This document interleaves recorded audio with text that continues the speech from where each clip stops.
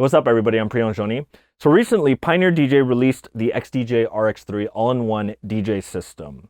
It's a successor to the RX2, and it features a lot of next-generation technology on it, including a user interface that's borrowed from the CDJ-3000, LCD jog display that's borrowed from the DJ-800, and an expanded effects section, both on the color and the beat effects side, as well as several performance pads, including one that hasn't been done before on any standalone unit, whether CDJ or all-in-one, from Pioneer DJ. Now, I went over all these features in my demo, which I'll leave in the link above. So with all these new features came a lot of questions from current CDJ-3000 and XDJ-XZ users. And the general question from both of those sides are they going to get some of these new features on their current platform? So today, in this specific video, I'm going to reveal a few things about the CDJ-3000 that you might not know, because it already has some of these features that people are asking for, as well as the differences between the three and what they individually have as an advantage over using the other. So that info is coming right up, but first, a message from our sponsor, Direct Music Service. DMS is an online database where DJs can get their music from. There's thousands of unique edits, remixes, and originals that you can choose from of your favorite tracks that you can use to rock your next dance floor. They also have an app that you can use on your mobile device where you can browse their database and then save songs so that it appears on your Dropbox when you get home.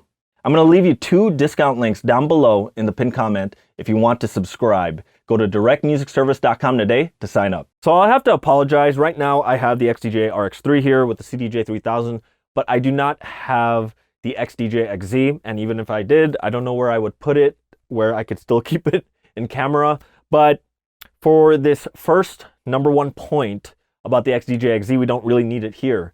And it's the fact that on the XZ, it has something that the CDJ-3000 and basically all flagship CDJs before it has had, which is Pro DJ Link.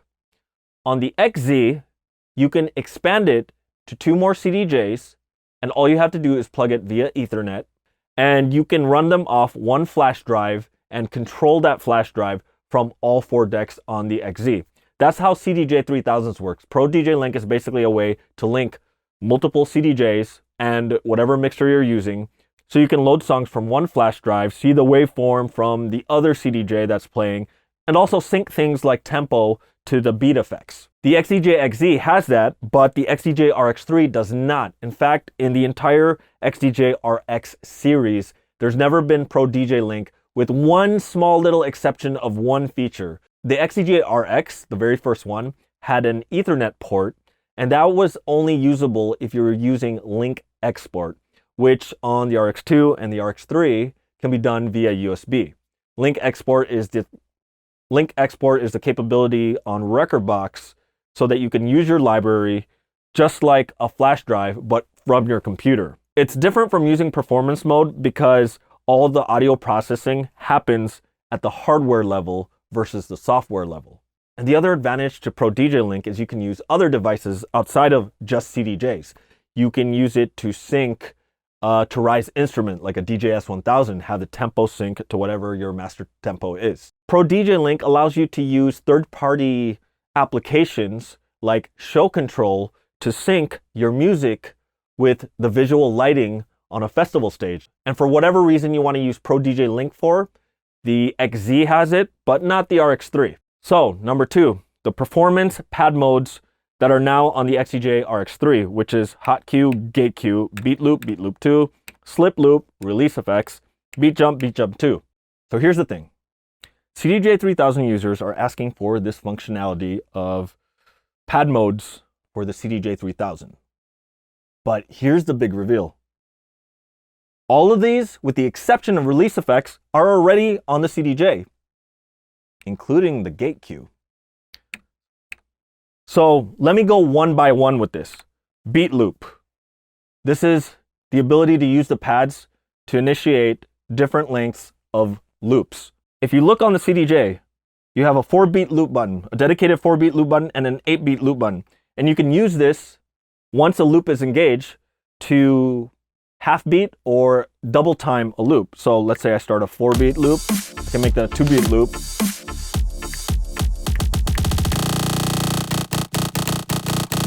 James hype mode. And right here, just by itself, is already easy, but you also have your beat loop menu button on the touchscreen, which give you the beat lengths of the loops right under your fingertips. In fact, I would find this easier than using the pads because you can clearly see what the beat duration is, and you have 2 pages all the way to 9 beats. And it has the odd ones too, like 3/4 or 3/2, which is 1.5. Now, on the RX3, it also does tell you on the screen using the pad status display, but if you're using a controller and using the pads to do your loops, you kind of have to memorize it because it's kind of hard to see when you're using Serato, especially when you got the whole screen to look for the little loop length beat durations. Now, the thing about the CDJ-3000 is, why isn't it on the hotkeys? Why can't we change this into performance pads? And that's because the CDJ is designed in a way, it tries to minimize having too many functions for buttons. That way, buttons are a single function. And the reason for that is that when you have an array of 4 or 6 CDJs, you don't want Tiesto out there making a mistake, triggering a hot cue when he thought it was left on beat loop. And that's why hot cues are going to remain only hot cues on the CDJ-3000. But your beat loops are on the touch display with dedicated buttons for 4 and 8, which flip over to a half or double time button once a loop is engaged. So next, slip loop. What is a slip loop? Slip loop is equivalent to a loop roll in Serato. And what that is a temporary loop that once you release the loop or the trigger for the loop, it continues to play the song as if you never went into the loop. How do you do that on the CDJ-3000? Well, you activate slip, and that automatically opens the beat loop menu, and it's blue now. And what that does is basically you can now trigger your loops like a loop roll or a slip loop.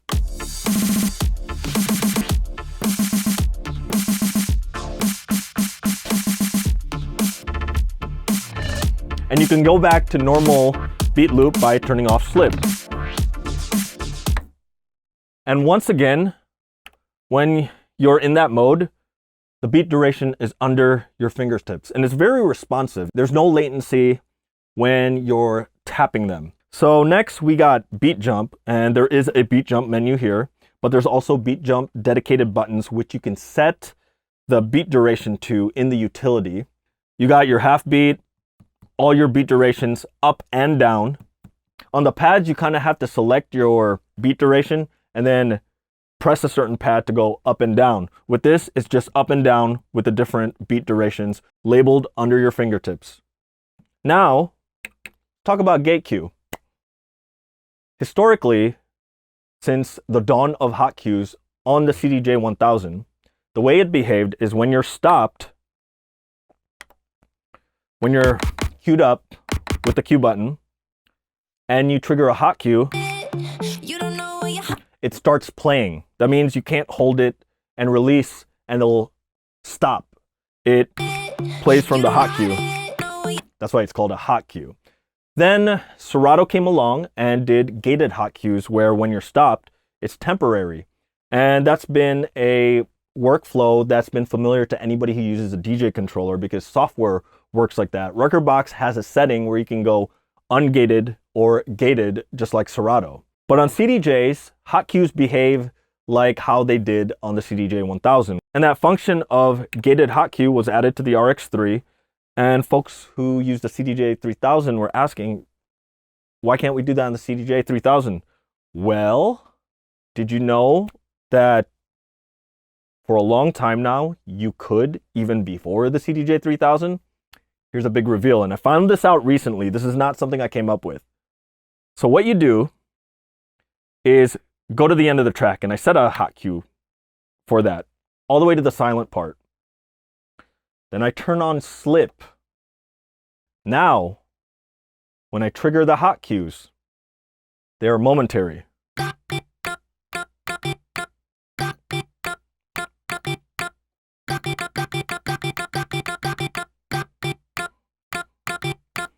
And if you want to play the track or the hot cue from that point, all you have to do is hold the hot cue down, then disable slip.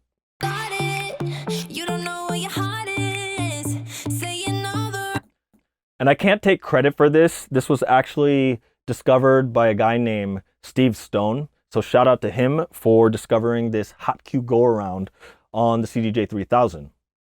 Now, here's the thing. It's not just something you can do on the CDJ-3000. It's on any standalone device with a slip function that includes your CDJ-2000 Nexus 2, XDJ, XZ. As long as you have the slip button, you can do momentary hot cues. Oh, and by the way, if you're finding any value to the content I'm sharing with you today, please be sure to smash that like button and also click that subscribe button. Really helps me out make more videos like this one.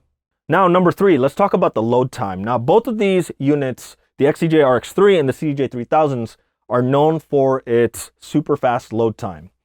The CDJ-3000 has a slightly faster load time than the RX3.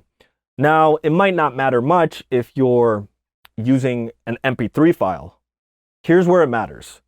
When you have a bigger lossless file, so if you have a wave or a FLAC, it takes a little longer. That difference is a little bigger. So if a couple seconds is critical to you, the CDJ-3000 does have the edge on overall load time speed, but both of these are fast. Number 4, sound quality. Now, while the XZ, the RX3, and the CDJ-3000s are using really high quality digital to analog converters, there is one thing about the CDJ-3000 that it does that's very unique, which is upscaling the resolution of the files that it's playing.